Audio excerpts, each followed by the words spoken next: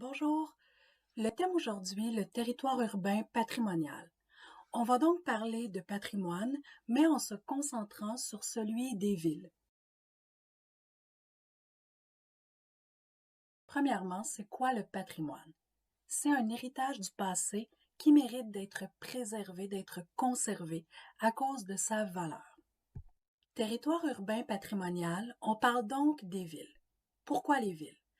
Tout d'abord, 50% de la population mondiale demeure dans les villes, donc ça touche beaucoup de personnes. Ensuite, le patrimoine urbain est soumis à davantage d'enjeux, de menaces que le patrimoine plus isolé. Donc, c'est pour ça qu'on va se concentrer sur le patrimoine des villes. On peut diviser le patrimoine en deux types. Le patrimoine culturel qui a été créé par les êtres humains et le patrimoine naturel qui vient de la nature. Si on se concentre sur le patrimoine urbain, on peut supposer qu'on va parler davantage du premier, donc le patrimoine créé par les êtres humains.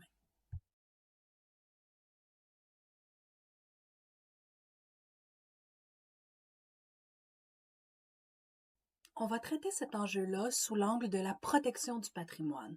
Donc, comment les villes peuvent chercher à préserver, à protéger leur patrimoine.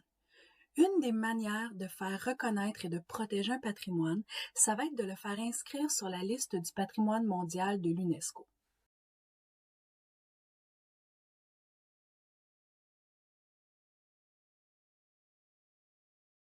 La gestion du patrimoine mondial fait partie des différentes missions de l'UNESCO. Le but est de préserver une diversité du patrimoine dans le monde, donc d'avoir des exemples de patrimoine qui viennent de différentes cultures, de différents endroits dans le monde. L'UNESCO a toute une liste de critères afin de reconnaître la valeur patrimoniale d'un site. Donc, avant de décider d'inscrire un site sur la liste du patrimoine mondial, ils vont voir si le site répond à ces différents critères.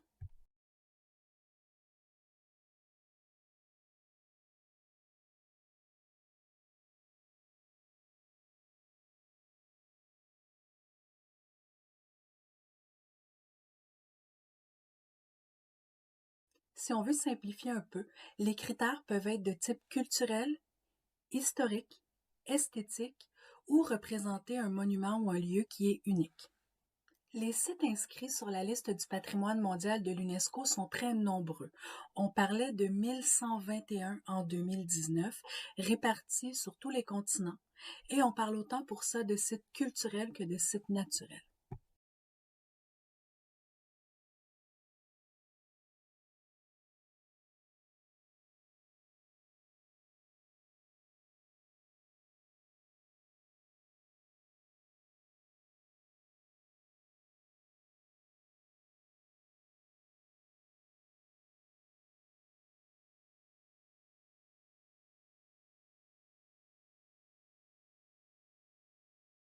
Le fait d'être inscrit sur la liste du patrimoine mondial de l'UNESCO attire l'attention sur la ville, la fait connaître. Par contre, ça ne garantit pas que le site est complètement protégé contre toute menace, tout danger. Donc, pour les prochaines choses qu'on va aller voir, on va aller voir les caractéristiques des villes patrimoniales et les différents enjeux de préservation, de conservation de ces sites.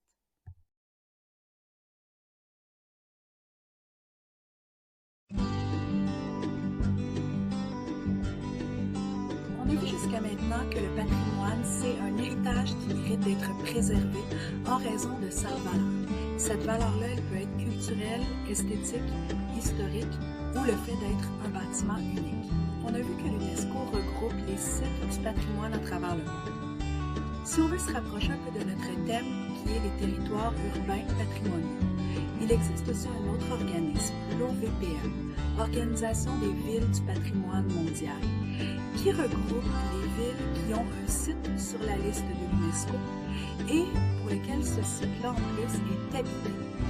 Donc, pour faire partie de l'OVPM, il faut être une ville, il faut avoir un site sur la liste du patrimoine mondial et ce site-là doit être habité. On va aller voir quelques exemples de ce qui est un site de l'OVPM et ce qui ne le serait pas.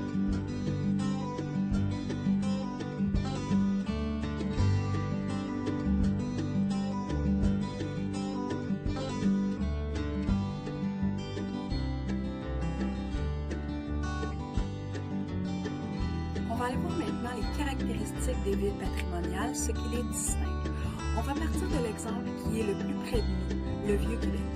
Le Vieux-Québec fait partie du patrimoine mondial de l'UNESCO à cause de son histoire qui est diversifiée, mais surtout à cause de la présence de remparts, c'est-à-dire de murs, autour de la vieille ville.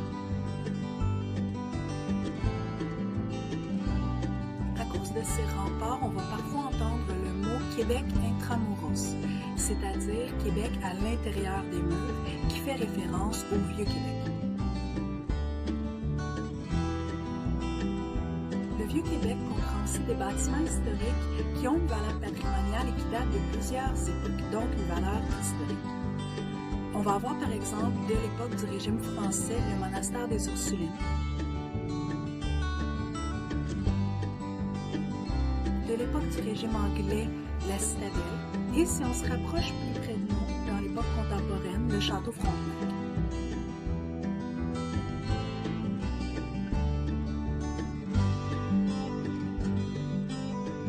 Donc, des bâtiments de plusieurs époques qui représentent différentes périodes historiques.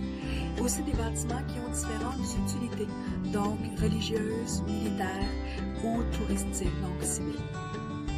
Si on prend un autre exemple, celui d'Athènes, on va aussi retrouver beaucoup de bâtiments historiques qui datent de la période de l'Antiquité. Le principal étant l'Acropole. L'Acropole, par contre, est située un peu en retrait de la ville, donc n'est pas un site habité. Maintenant qu'on comprend un peu mieux de quoi il s'agit lorsqu'on parle de sites urbains patrimoniaux, on va aller voir maintenant les thèmes de l'aménagement et de la protection de ces sites.